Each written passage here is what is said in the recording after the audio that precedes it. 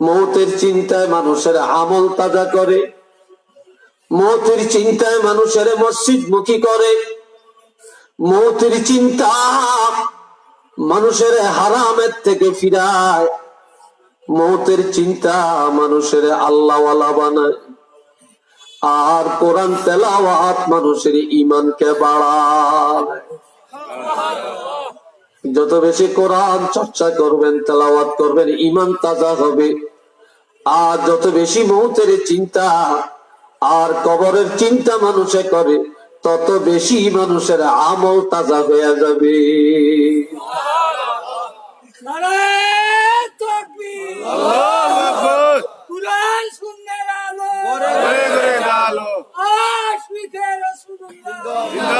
সবাই মহব্বতে পড়েন সাল্লাল্লাহু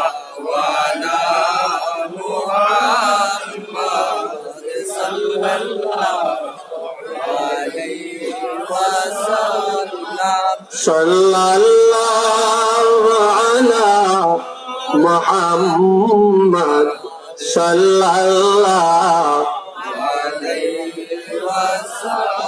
জোরে জোরে সাল্লাল্লাহু আলা মুহাম্মদ সাল্লাল্লাহু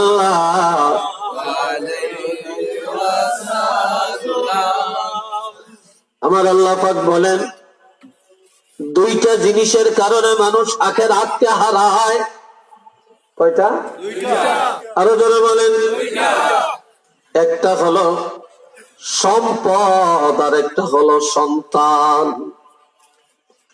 এই দুই জিনিসের কারণে মানুষ আখিরাতকে বরবাদ করে।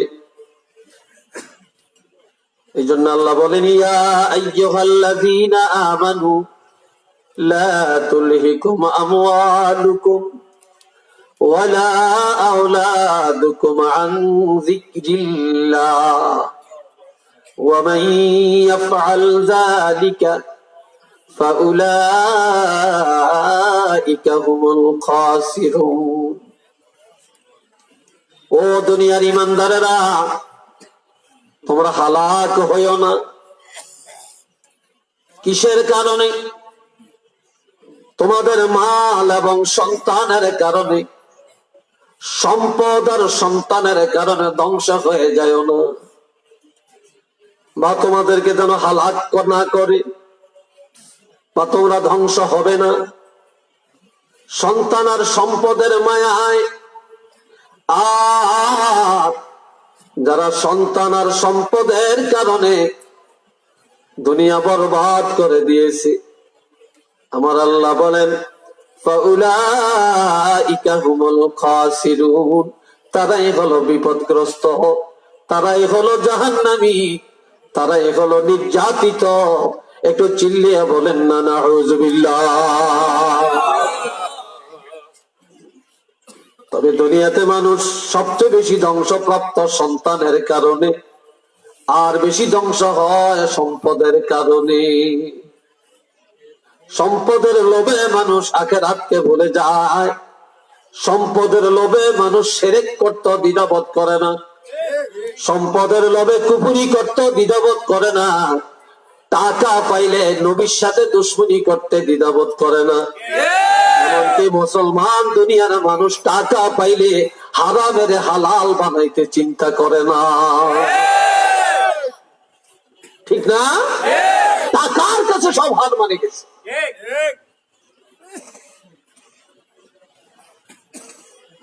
এই জন্য আমার ভাইরা, যারা সম্পদ আর সন্তানের কারণে দুনিয়া ধ্বংস করে না, আখিরাত ধ্বংস করে না, তবে সম্পদের মায়া করবেন, ঠিক আছে, সন্তানেরা মায়া করবেন। এমন মায়া করা যাবে না যেই মায়ার কারণে আখিরাত ধ্বংস হয়ে যাবে।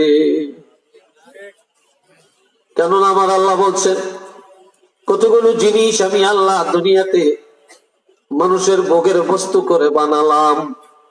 যুয়্যিনা লিন-নাসি হুব্বুশ শাহাওয়াতি মিনান নিসাই ওয়াল বানিনা ওয়াল কানাতিরিল মুকানতারাতি মিনাজ যাহাবি ওয়াল ফিদ্দা والخيل المسومة والأنعام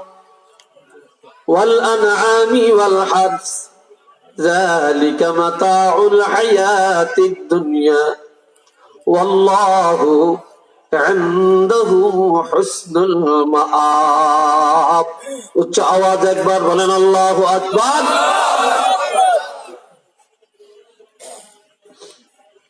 বন্ধুরা আমার আল্লাহ বলেন মানুষের জন্য আমি আল্লাহ সুশোভিত করে দিয়েছি, সৌন্দর্য মণ্ডিত করেছি, নয়ন জোড়ানো বস্তু করেছি। হুব্বুশ শাহাওয়াতি মিনান নিসা, দুনিয়ার নারী সমাজকে আমি মানুষের নয়ন জোড়ানো বস্তু করেছি।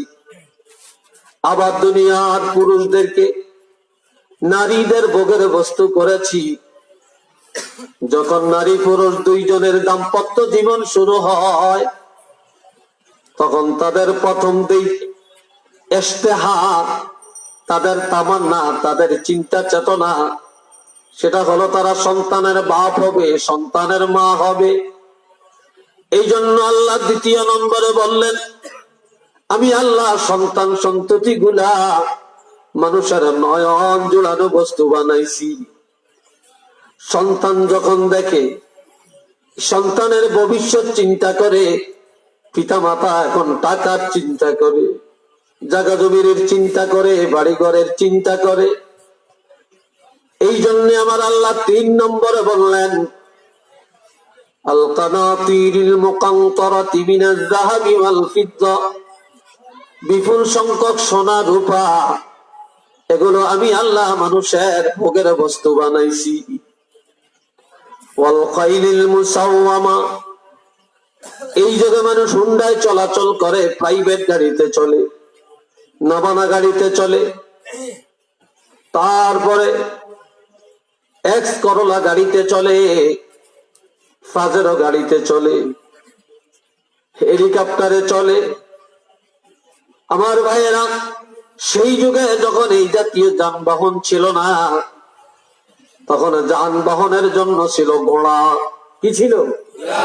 চোর বলেন যে সব ঘোড়াগুলো মালা পরিহিত বা সিল করা ছিল যানবাহনের জন্য, এগুলাকে বিপুল টাকা দিয়া মানুষে কিন্তু আমার আল্লাহ বলেন এগুলা তোমাদের দুনিয়ায় ভোগের জন্য, ব্যবহারের জন্য আমি আল্লাহ দিয়েছি।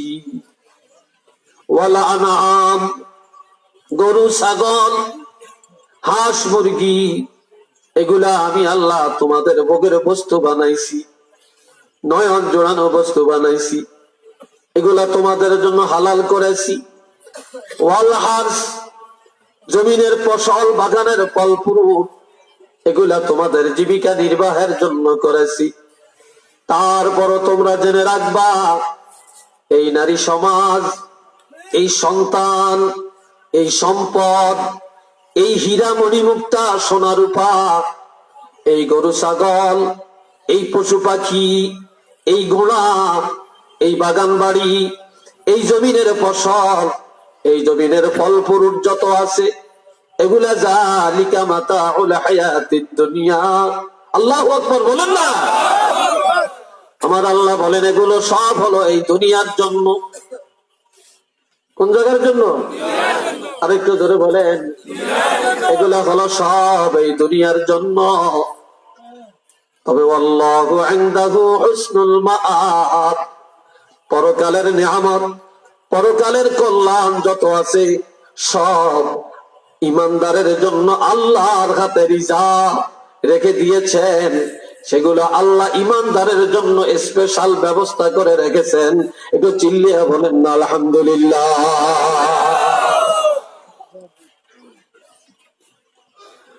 এই জন্য আমার আল্লাহ বলেন ওয়া'দাল্লাহু আল্লাযীনা আমানু ওয়া আমিলুস সালিহাত, ওয়া'দাল্লাহু আল্লাযীনা আমানু ওয়া আমিলুস সালিহাত লাহুম মাগফিরাতুন ওয়া আজরুন আযীম।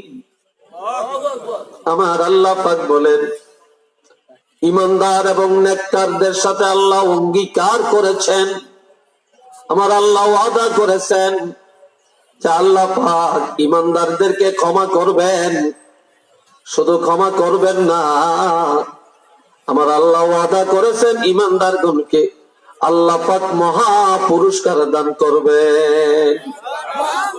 সেই মহা পুরস্কারটা হলো বেহেশত। যেরকম কি চিল্লিয়া বলেন, সেই মহা পুরস্কারটা হলো বেহেশত। এই জন্য হাতে ধরি পায়ে ধরি বাবা, সাহাবায়ে কেরাম একদিন এসে বললেন, ইয়া রাসূলুল্লাহ মাতা সাআ, কিয়ামত কবে? নবী বলেন, কিয়ামত কবে এই কথা নিয়ে আসছ? কিয়ামত তো একদিন আসবে, তবে ওই কিয়ামতের জন্য তুমি কি প্রস্তুতি গ্রহণ করেছ? তুমি আমল তৈয়ার করো, প্রস্তুতি গ্রহণ করো, কিয়ামত কবে হবে এই কথা নিয়ে দৌড়াদৌড়ি করো না। এই প্রসঙ্গে জিবরিল আমিন এসে আমার নবীকে জানাইয়া দিলেন, ইন্নাস সাআতা আতিয়া, আরেকে আছে ইন্নাস সাআতা লাআতিয়া। এখানে লাম তাকিদ দিয়া বলছেন অবশ্যই তোমাদের কাছে কিয়ামত এসে যাবে। আকাদু উখফিহা, তবে এটা আমি আল্লাহ কাউকে জানাতে চাই না। এই কিয়ামত এটা আমি আল্লাহর কাছে গোপন। আমার কাছে কি? আমি আল্লাহ আমার কাছে গোপন রেখে দিতে চাই। কেন? যে লিতুজা পুরস্কার দেওয়া হবে বা বিনিময় দেওয়ার জন্য, কুল্লু নাফসিন বিমা তাসআ, এই দুনিয়াতে যে যা আমল করে, যে যা কামাই করে, প্রত্যেকটা মানুষকে সেদিন তার কাজের বিনিময় দেওয়া হবে, পুরস্কার দেওয়া হবে, প্রতিদান দেওয়া হবে। ভালো করলে ভালো, মন্দ করলে মন্দ, সেদিন প্রত্যেকটা মানুষকে তার আমলের বিনিময় দেওয়া হবে। যেদিন পুরস্কার দেওয়া হবে সেই দিন আমার আল্লাহর কাছে গোপন। একটু চিল্লিয়ে বলেন না সুবহানাল্লাহ। তবে আমার নবী কিছু ইঙ্গিত দিয়ে গেছেন, কিয়ামত মুহররম মাসে হবে, 10 তারিখে হবে, আসরের সময় হবে। কথা বুঝে আসছে কিনা? এরকম কিছু ইঙ্গিত দিয়ে গেছে। এবং কিয়ামত আসার আগে আরো কতগুলি আলামত দেখা দিবে। সে আলামত গুলি আমার নবী এই পৃথিবীর জমিনে আমাদের কাছে ব্যক্ত করে গেছেন। কিন্তু কোন মুহররম মাসে, কোন সালের কোন শতাব্দী, এরকম নাম লিস্টি করে নির্দিষ্ট করে আমার আল্লাহ কাউকে জানিয়ে দেন না। এটা জানেন একমাত্র আমার আল্লাহ। একটু চিল্লিয়ে বলেন না সুবহানাল্লাহ। রে ভাইরা আমার, বলেন এবার আখিরাত বড় না ছোট? আরো জোরে বলেন, আখিরাত উত্তম না অনুত্তম? আরেকটু জোরে বলেন। আল্লাহ পাক আল্লাহর হাবিবকে পর্যন্ত বললেন, ওয়ালাল আখিরাতু খায়রুল লাকা মিনাল উলা। হাবিব, আপনার জন্য দুনিয়ার জিন্দেগি থেকে আখিরাতের জিন্দেগি হবে অতি উত্তম। দুনিয়ার থেকে আখিরাত ভালো, আখিরাত অতি উত্তম। ওয়ালাল আখিরাতু খায়রুল লাকা মিনাল উলা। সবাই বলেন আলহামদুলিল্লাহ। আর একটু জোরে বলেন আলহামদুলিল্লাহ। এই ভাইরা আমার, এই আখিরাতকে মানুষ এখন দুনিয়ার লোভে পড়ে, দুনিয়ার তামসার পিছনে চড়ে মানুষ এখন আখিরাতকে ভুলে গেছে। আখিরাত মানুষের কাছে তুচ্ছ। এই আখিরাতের চিন্তাই মানুষ করে না। আমার নবী বলেন, قال رسول الله صلى الله عليه وسلم أنا سيد ولد آدم يوم القيامة أول من ينشق عنه القبر وأنا أول شافع وأنا أول مشفع وفي رواية للبخاري اشفع تشفع أو كما قال عليه الصلاة والسلام. উচ্চ আওয়াজে বলেন আলহামদুলিল্লাহ। বাইরে বলো, বাইরের মাইক বলো। হ্যাঁ ঠিক আছে। আল্লাহ দুরূদ শরীফ পড়েন সাল্লাল্লাহু আলা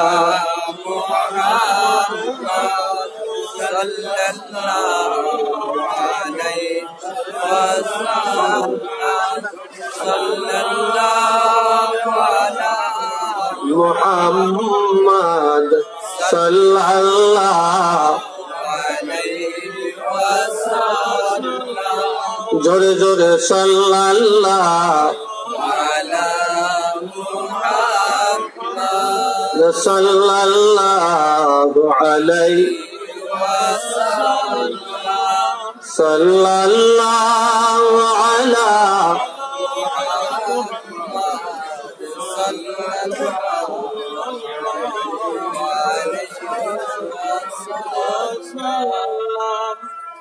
সবাই বলেন আলহামদুলিল্লাহ। আরেকবার বলেন আলহামদুলিল্লাহ। কষ্ট পাচ্ছেন আপনারা, মনে হয় বিরক্ত বোধ করছেন? মাশাআল্লাহ, আলহামদুলিল্লাহ। এখনো যারা হাঁটাহাঁটি করছেন পাশে দিয়ে, না হাঁটে আপনারা আসেন। একটু পরে আমি একটু মুক্তাসর দোয়া করব, আর কয়েক মিনিট পরে আপনাদেরকে নিয়ে আমি একটু দোয়া করব, এবং আপনারা আমাকে দোয়া করবেন, আমি আপনাদের জন্য দোয়া করব। তো দোয়ার প্রত্যাশী যারা সবাই বসে যান। আলহামদুলিল্লাহ আমার ভাইরা, ওয়াজ তো সারা রাত লাগে না। যদি দিলের কানে মানুষ আলোচনা শুনে, আমলের নিয়তে শুনে, এক বক্তার আলোচনাই যথেষ্ট, বা একদিনের আলোচনাই যথেষ্ট। আর যদি কাজে না লাগাই, পুরা জিন্দগি করলেও কাজ হবে না। তবে বলে হুজুর এত ওয়াজ, এত আলেম ওলামা পীর বুজুর্গ, আমরা এত জায়গা যাই, এমনিতে কি ফায়দা নাই? আছে। এগুলো হইলো আমাদের জানা কথাগুলোকে বারবার জানা, এবং আমাদের আমলের মধ্যে মাঝে মাঝে কিছু ঘাটতি হয়, জং ধরে, এই জংগুলি এই আয়োজন করা। কথা বুঝে আসছে তো? শুধু জং দূর করার জন্য। দাও, কুড়াল, খন্তা, এগুলা চিনেন তো আপনারা? এগুলা ধার নষ্ট হয় না, মাঝে মাঝে ধার দিতে হয় না। এইভাবে ওয়াজ নসিহতে গিয়া, ওলামায়ে কেরাম, আউলিয়ায়ে কেরামের কাছে গিয়া মাঝে মাঝে আমলের ধার উঠিয়ে নিতে হয়। আমলের মধ্যে অনেক সময় ধার কমে যায়, এই জন্য আমলের, ইমানের ধার উঠিয়ে নিতে হয়। তো যাই হোক, বলছিলাম যে নবীজি বলছেন যে কিয়ামতের ময়দানে আদম সন্তানের মধ্য থেকে আমি রাসূলকে আল্লাহ পাক নেতৃত্ব দেওয়া হবে। আরেকটু জোরে সুবহানাল্লাহ। নবীজি বলছেন সেদিন আমাকেই নেতৃত্ব দেওয়া হবে, আর কোন নবীর হাতে নেতৃত্ব থাকবে না। সেদিন কিয়ামতের ময়দানে সর্বপ্রথম আমার রওজা পাকের মাটি মোবারক দুই দিকে চলে যাবে, আমাকেই প্রথম উঠানো হবে। আমার দ্বারা ময়দানে হাসর উদ্বোধন করা হবে। হাসর উদ্বোধন করা হবে আমার নবীর দ্বারা। এই জন্য নবীর এক নাম হলো হাসের। নবী বলেন ওয়ানা আউয়ালু শাফিঈন, সেদিন আমি হব প্রথম সুপারিশকারী। ওয়ানা আউয়ালু মুশাফফিঈন, সেদিন আমি রাসূলের পাকের সুপারিশ সর্বপ্রথম আমার আল্লাহর দরবারে গ্রহণ করা হবে। নবীজি আরো বলেন কিয়ামতের ময়দানে, মুসিবতের দিনে আল্লাহ পাক আমাকে আল্লাহর কোলের মধ্যে উঠাইয়া নিবে। একটু মারহাবা কোন না? নবীরে আল্লাহ কোলে উঠিয়ে নিবে। ছোট বাচ্চারা যখন কান্দে, মা, দাদু, নানু এরা কোলে নিয়ে সান্ত্বনা দেয়, বিস্কুট দেয়, ফুল দেয়, চকলেট দেয়, কান্না থেমে যায়। ঠিক না? কিয়ামতের ময়দানে তখন আমার নবী দৌড়াদৌড়ি করবে, উম্মতের জন্য পেরেশান হয়ে যাবে। আমার প্রাণের নবীর পেরেশানি দেখে, কান্নাকাটি দেখে আল্লাহ পাক এসে নবীকে আল্লাহর কুদরতি কোলের মধ্যে উঠাইয়া নিবে। আল্লাহ কোলের মধ্যে উঠায়া বলবে ইশফা, হাবিব আপনি সুপারিশ করেন।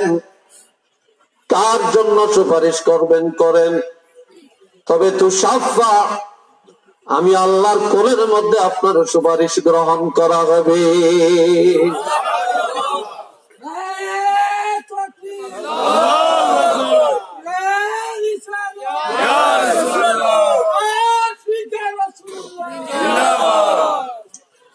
আল্লাহ, আমার ভাইয়েরা, যেদিন নবীর সুপারিশ ছাড়া কেউই জান্নাতে যাবে না, সমস্ত নবীরা নবীর সুপারিশের অপেক্ষায় থাকবে, সেই দিন আমরা সবাই নবীর সুপারিশ চাই কিনা? নবীর সুপারিশ লাগবে কিনা? আরো জোরে বলেন, লাগবে কিনা? এই জন্য আমার ভাইরা, নবীর সুপারিশ যারা কামনা করে চায়, আমরা যারা মনে করি নবীর সুপারিশ আমাদের লাগবে, এই জন্য আজানের মুনাজাতে আমরা বলি, ওয়ারযুকনা শাফাআতাহু ইয়াউমাল কিয়ামাহ, কিয়ামতের ময়দানে আল্লাহ নবীজির সুপারিশ আমাদের নসিব করেন। আজানের মুনাজাতে দোয়ার মধ্যে নবীর সুপারিশকে অন্তর্ভুক্ত করতে, সুপারিশ কামনা করতে আপনারা চাননি? রাজি আসেননি আপনারা? একটু হাত তুলে দেখাইতে পারবেন?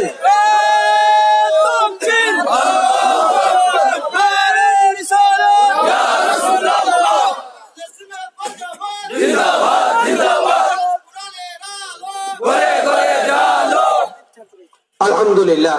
আমরা এই জন্য, এই কথার জন্য আমরা আজানের মুনাজাতে কেন ওয়ারযুকনা শাফাআতাহু ইয়াউমাল কিয়ামাহ বলি, যে কেউ কেউ আমাদেরকে উপহাস করে আমরা বেদাতি, এই জন্য আমরা নবীর সুপারিশ চাই। তো বলতে থাকো, মুখ আছে বলো, যারা যাদের বলার অভ্যাস তারা এই জাতীয় কথাই বলবে, আর আমরা যারা সুপারিশের দরকার আমরা সুপারিশ চাইতেই থাকি। কথা ঠিক না? আল্লাহ কবুল করুক, সবাই বলেন আমিন। আমার কারো প্রতি আমাদের হিংসা নাই, কারো প্রতি আমাদের কোন ইন্ডিকেট নাই। আমাদের এক কথা, আমরা নবী পাইতে চাই, আমরা আল্লাহ পাইতে চাই। কথা ঠিক না?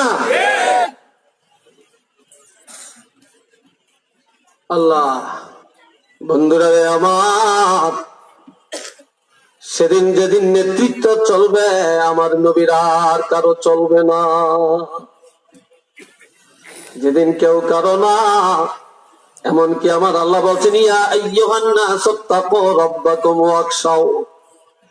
ওয়াখশাউ ইয়াওমান লা ইয়াজজি ওয়ালিদুন আন ওয়ালাদি ওয়ালা মাওলুদুন হুয়া জাযিন আন ওয়ালিদিহি শাইআ ইন্না ওয়া'দাল্লাহি হাক্কুন ফালা তাগুররান্নাকুমুল হায়াতুদ দুনিয়া ওয়ালা ইয়াগুররান্নাকুম বিল্লাহিল গারুর। ও দুনিয়ার মানুষেরা, তোমরা তোমাদের রবকে ভয় করো, সাথে সাথে ওই দিনটাকে তোমরা ভয় করো যেদিন পিতামাতা সন্তানের খবর নিবে না, বা পিতামাতা সন্তান থেকে কোনো উপকৃত হবে না, সন্তানও তাদের মা বাপ থেকে কোনো কিছু পাবে না। সুবহানাল্লাহ কোন না? কি ব্যাপার এই জওয়ানেরা, উঠে বসে কেন? কোন মা বাপ সেদিন সন্তানের উপকার করতে পারবে না, কোন সন্তানও সেদিন পিতা মাতার উপকার করতে পারবে না। তবে হাদিসে আছে, ওই সন্তান পিতা মাতার উপকারে আসবে যেই সন্তান নেক সন্তান, যেই সন্তান আলেম সন্তান। জোরে বলেন আলহামদুলিল্লাহ। কেননা কিয়ামতের ময়দানে 5 দল মানুষ বিনা হিসাবে জান্নাতে যাবে। সুবহানাল্লাহ বলতেন না? কয় দল? তার মধ্যে 1 নম্বরে হক্কানি উলামায়ে কেরাম। 1 নম্বরে কে? হক্কানি উলামায়ে কেরাম। 2 নম্বরে যাবে শহীদেরা, 3 নম্বরে যাবে গাজী সাহেবেরা, 4 নম্বরে যাবে হাফেজে কোরআনেরা, 5 নম্বরে যাবে দানকারীরা। শহীদের ডাক দিয়া বলবে, শহীদ রে, তুমি জান্নাতে যাইবা শহীদ হলে ইসলামের জন্য যুদ্ধ করে, হকের পক্ষে লড়াই করে জীবন বিসর্জন করলে জান্নাতে যাওয়া যাবে, এটা পাইছো কই? আল্লাহ আলেমের কাছে। তুমি আলেমের পিছনে দাঁড়াও। এবার গাজীকে বলবে, গাজী সাহেব ইসলামের জন্য যুদ্ধ করে জিততে পারলে, গাজী হতে পারলে জান্নাতে হওয়া যায়, পাইলা কই? আল্লাহ এটা পাইছি আলেমের কাছে, শুনে আমল করছি। তো তুমি শহীদের পিছনে দাঁড়াও। ও হাবিজ সাহেব 30 পারা কোরআনের হাফেজ হলে, ওই অনুপাতে জীবন অতিবাহিত করলে জান্নাতে যাওয়া যায়, এটা পাইছো কই? আল্লাহ আলেমের কাছে। তুমি গাজীর পিছনে দাঁড়াও। ওরে দানকারীরা, নেক কাজে দান করলে, মসজিদ মাদ্রাসায় দিলে, গরিব মিসকিনের মধ্যে, অসহায়দের মধ্যে অর্থ ব্যয় করলে জান্নাতে যাওয়া যায়, পাইলা কই? আল্লাহ এটাও পাইছি আমরা আলেমের কাছে। কয় তুমি হাফেজে কোরআনের পিছনে দাঁড়াও। এবার আল্লাহ ডাক দিবেন, ওরে আলেমেরা, তোমাদের আলোচনা, তোমাদের কথা শুনে শুনে এরা আমল করে জান্নাতি হইছে। আজকে তোমরা আলেমেরা আগে আগে জান্নাতে যাইবা, আর তোমাদের পিছিয়ে পিছিয়ে তারাও জান্নাতে যাবে।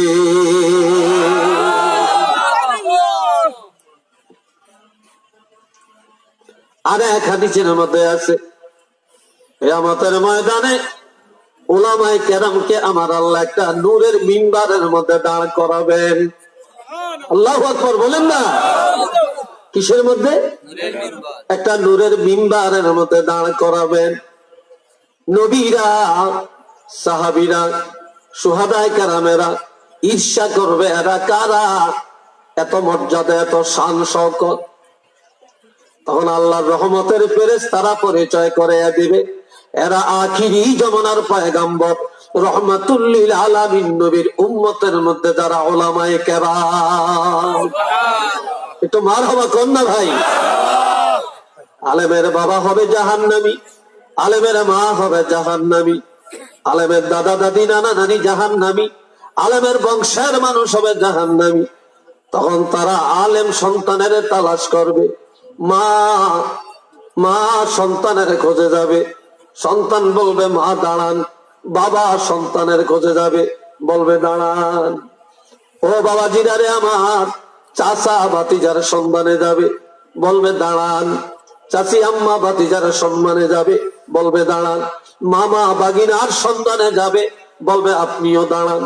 এইভাবে কিয়ামতের ময়দানে একজন হক্কানি আলেম, আলেমে বা আমল যারা হবে, একজন নেককার আলেমের কারণে, জান্নাতে আলেমের কারণে, তার মা বাপ, দাদা দাদি, নানা নানি, শ্বশুর শাশুড়ি, মামা মামি, খালা খালো, ফুফা ফুফি, ভাই বোন, আত্মীয় স্বজন, এদের মধ্যে কমপক্ষে 40,000 উপরে বেগাইরে হিসাব একজন আলেমের উসিলায় জান্নাতে যাবে।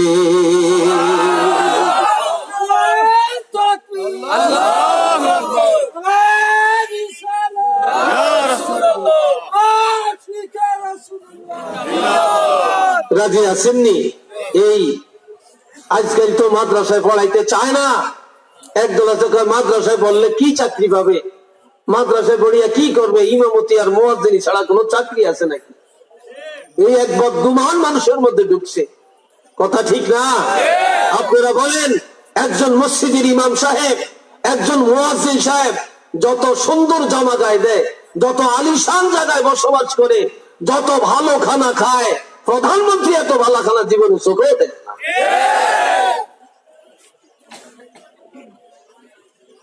কি কথা ঠিক না? প্রধানমন্ত্রী যদি এই ঢাকা দক্ষিণে আসে, এক গ্লাস পানি দিবেন, কমপক্ষে 3 জন 4 জন ডাক্তারের পরীক্ষা নিরীক্ষা করিয়া যখন বলে ম্যাডাম ওকে, তখন উনি পান করবে, এর আগে পান করবে না। ঠিক না? আর আলেমরা আজ খায় এক দেশ, কাল খায় আরেক দেশ। ইমাম সাহেব আজকে এক ঘরে, কাল আরেক ঘরে, মুয়াজ্জিন আজ এক বাড়ি, কাল আরেক বাড়ি। এইভাবে যে খাইতেছেন আর খাওয়াইতেছে, কত মহিলারা পাক করতেছে, কত জায়গায় রান্না বান্না হচ্ছে, আজ পর্যন্ত কোন ডাক্তার দিয়া পরীক্ষা করে খাওয়া লাগছে কিনা বলেন? ডাক্তার দিয়া পরীক্ষা করে খাওয়া লাগছে? এটা কি? এটা ইজ্জতি রিজিক। এটা কি বলেন? এটা ইজ্জতি রিজিক। আলহামদুলিল্লাহ বলেন না ভাই? আখেরাতে কিয়ামতের ময়দানে সেই মুসিবতের দিনে নাজাতের জন্য অন্তত এটুকু করে যান যে ছেলে মেয়েরে কোরআনের তালিম দিয়ে যান, কোরআন সুন্নাহর ইলম শিখিয়ে যান, অন্তত এই উসিলায় নাজাতের ব্যবস্থাটা হবে। আল্লাহ কবুল করুক। সবাই বলেন আমিন। আরেকটা বার বলেন না আমিন।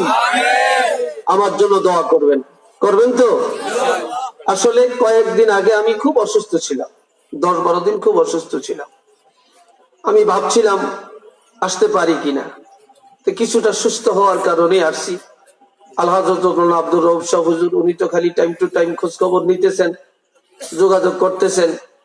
আর আমিও চেষ্টা করি, যেখানে ওয়াদা করি যত বিপদই হোক ওয়াদা রক্ষা করতে চেষ্টা করি। আর কোনো কারণে আসতে না পারলে আগেই জানিয়ে দিই। আমার জীবনে এমন কোনো ইতিহাস নাই যে আমি কারোর সাথে ওয়াদা করে ওয়াদা খেলাপ করছি এবং কারোর থেকে অ্যাডভান্স নিয়ে আসি নাই, এই ইতিহাস নেই। আমি এটা পছন্দ করি না। জবাব তো আমারও দিতে হবে, পরকালের চিন্তা তো আমারও থাকতে হবে। খালি পরকালের কথা মানুষের নিজের মধ্যে নাই, কোনো কাজে লাগবে না, কোনো কাজে লাগবে না। তো কিছু কথা বললাম, আল্লাহ পাক জন্য কথাগুলি কবুল করেন, আমলের ময়দানে আমরা আমল করতে পারি, আল্লাহ সে তৌফিক দেন। বলেন না আমিন। বন্ধুরা, আমরা থাকতে আসি না, আমরা সব যাইতে আসছি। সবাই নিয়ত করেন আজকে যে আমরা যতদিন বেঁচে থাকবো আমরা সুন্নত তরিকায় জীবন গঠন করব। রাজি আছেন?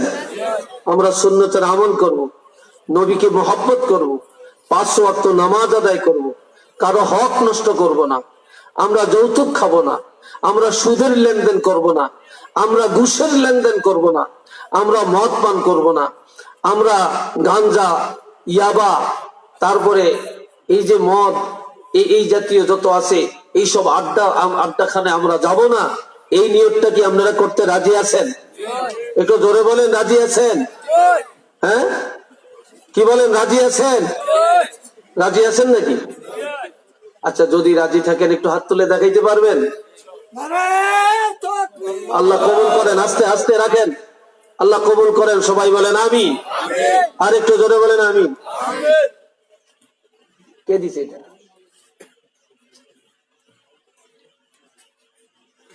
এটা দিলেন কেন?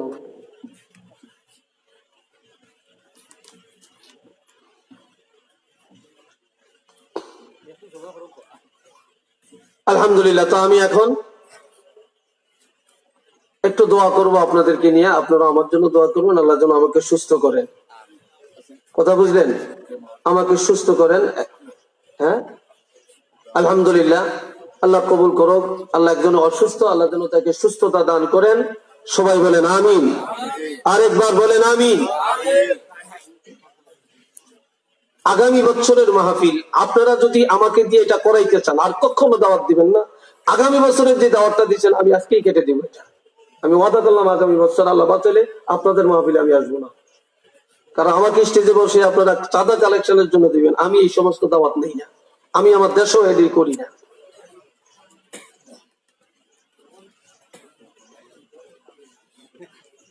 জনাব, আপনাদের কাছে আবদার, আগামী বছরের মাহফিল চাইছে, যেহেতু দিছে করে গেলাম, তবে আমার মনে থাকবে। আনলে বলতেন, আগে বলতেন যে কিছু করতে হবে, আমি এখন মনে দিব, হুট করে একটা কাগজ এনে ধরিয়ে দিলে এটা কি সিস্টেম নাকি?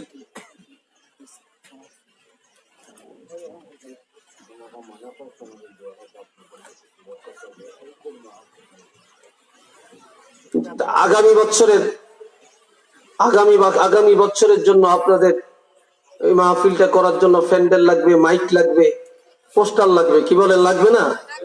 চলিয়ে বলে লাগবে তো। তা আমি 3টা কি 4টা জিনিস করে যাব, আর বাকিগুলো হয়তো অন্যরা করবেন। আবদার করছেন এর জন্য যে আগামী বছরের প্যান্ডেলটা একটা লোকে দেন। কে দিবেন? আগামী বছরের প্যান্ডেলটা একটা লোকে দেন যে হুজুর আগামী বছরের প্যান্ডেলটা আমি দিব। বলেন, আগামী বছরের প্যান্ডেলটা কে দিবেন? একটা লোক একটু বলেন। দোয়ার আগে আপনার মা বাপের নাজাতের জন্য আল্লাহ আপনাকে অনেক টাকা দিচ্ছেন, কোটি কোটি টাকা আল্লাহ দান করছেন।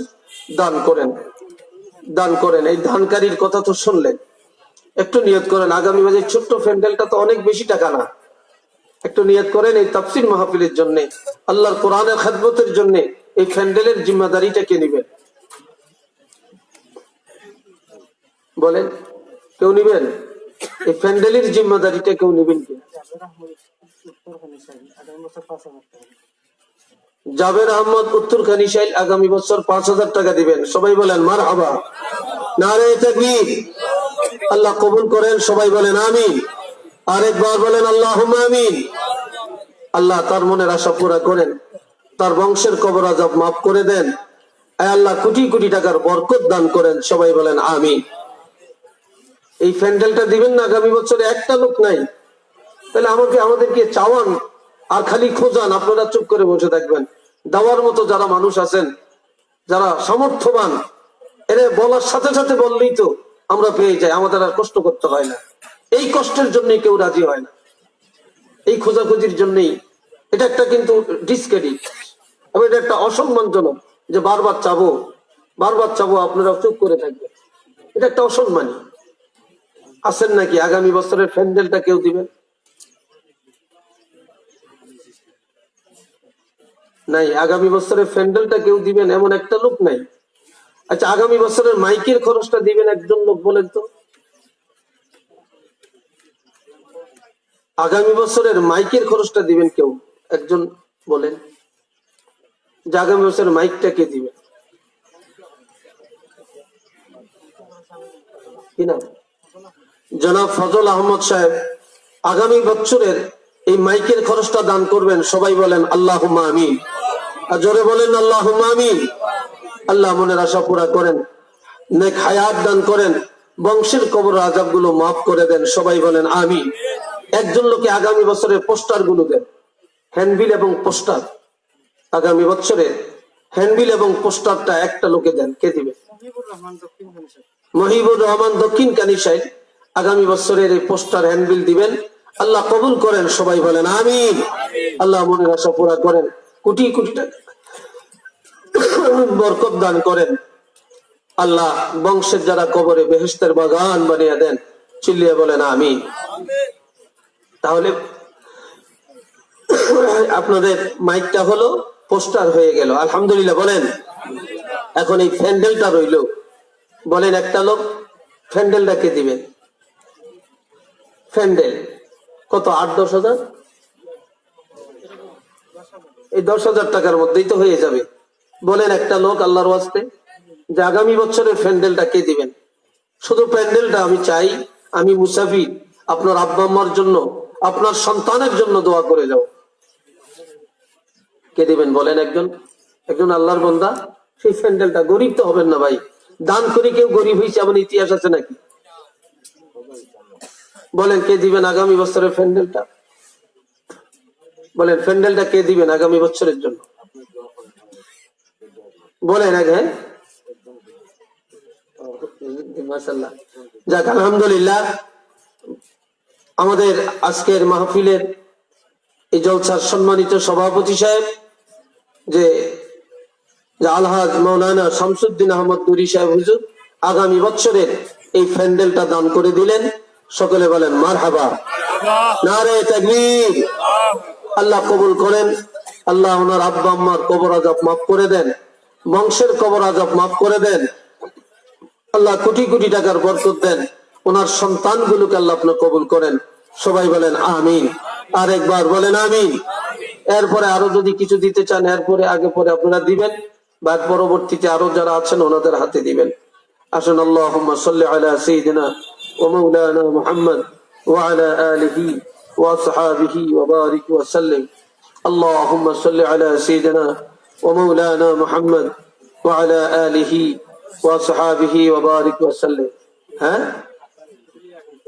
আর আপনারা 2-3 জন যুবক যান, যে যা দিতে চায় মাহফিলের জন্য নিয়ে আসেন। যান, যে যা দিতে চান মাহফিলের জন্য, 100, 200, 500, 1000, 10 টাকা, 20 টাকা, 5 টাকা, এই টাকাগুলো নিয়ে আসেন। দুরূদ শরীফ পড়ুন, আল্লাহুম্মা সাল্লি আলা সাইয়্যিদিনা ওয়া মাওলানা মুহাম্মদ ওয়া আলা আলিহি ওয়া আসহাবিহি ওয়া বারিক ওয়া সাল্লিম। আল্লাহুম্মা সাল্লি আলা সাইয়্যিদিনা মাওলানা মুহাম্মদ ওয়া আলা আলিহি ওয়া আসহাবিহি ওয়া বারিক ওয়া সাল্লিম। أشهد أن لا إله إلا الله وحده لا شريك له وأشهد أن محمدا عبده ورسوله الحمد لله رب العالمين والعاقبة للمتقين والصلاة والسلام على رسوله الكريم وعلى آله وأصحابه أجمعين ربنا ظلمنا أنفسنا وإن لم تغفر لنا وترحمنا لنكونن من الخاسرين رب ارحمهما كما ربياني صغيرا اے اللہ پاک মেহেরবানি করে এই তাফসীর মাহফিলকে আপনি কবুল করেন আল্লাহ যারা আয়োজন করছেন কবুল করেন আল্লাহ যারা সহযোগিতা করেছেন কবুল করেন আল্লাহ যারা আসছেন আর যারা আসেন না প্রত্যেকের মাফ করে দেন আয় আল্লাহ পাক আমাদের মা বাপকে মাফ করে দেন আল্লাহ আমাদের বংশের যারা কবরবাসী তাদেরকে মাফ করে দেন আয় আল্লাহ আল্লামা সাহেব কিবলা ফুলতুলি রহমতুল্লাহ দরজাখানি বুলন্দ করে দেন আল্লাহ হযরত শাহজালাল ইয়ামানী রহমতুল্লাহ দরজা বুলন্দ করে দেন আল্লাহ আমাদের সন্তানগুলোকে আপনি কবুল করেন আল্লাহ আজকের মাহফিল আমাদের জন্য নাজাতের জরিয়া করে দেন আল্লাহ আমাদের যার যত অশান্তি আছে দূর করে দেন আল্লাহ আমাদের প্রত্যেকের শেফায়ে কুল্লিয়া শেফায়ে আজলা নসিব করে দেন আল্লাহ সারা বিশ্বকে আল্লাহ এই করোনা ভাইরাস নামক আল্লাহ এই গজব থেকে আল্লাহ বিশ্বের মুসলমান জাতিকে আপনি হেফাজত করেন আল্লাহ সারা বিশ্বকে আপনি হেফাজত করেন আল্লাহ বাংলার মানুষগুলোকে আপনি হেফাজত করেন আমাদের সন্তানগুলি আমাদের ভাই ভাতিজা সারা বিশ্বের জমিনে ছড়িয়ে ছিটিয়ে আছে আল্লাহ আল্লাহ যারা যেখানে আছে আল্লাহ প্রত্যেকের আপনি হেফাজত করেন আল্লাহ আমাদের জান মালের হেফাজত করেন উলামায়ে কেরামের মান সম্মান ইজ্জতকে বৃদ্ধি করেন ওয়া সাল্লাল্লাহু তাআলা على خير خلقه محمد وعلى آله وصحابه أجمعين آمين آمين بحق لا إله إلا الله محمد رسول السلام عليكم ورحمة الله